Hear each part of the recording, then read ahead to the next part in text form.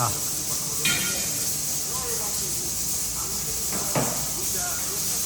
কি আরামসে খাইতেছে সে, হ্যাঁ? আর রান্না বাড়া করা শেষ, মনোযোগ সহকারে খাইতেছে আর হচ্ছে নাটক দেখতেছে।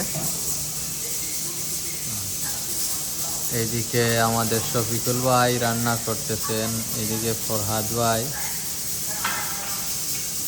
আমিও রান্না করতেছি গরুর গোস্ত।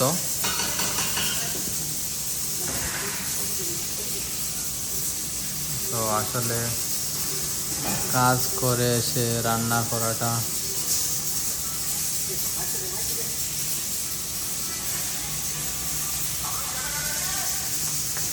অনেক কষ্টকর, তারপরেও খেতে হলে রান্না করতে হবে, কিছু করার নাই।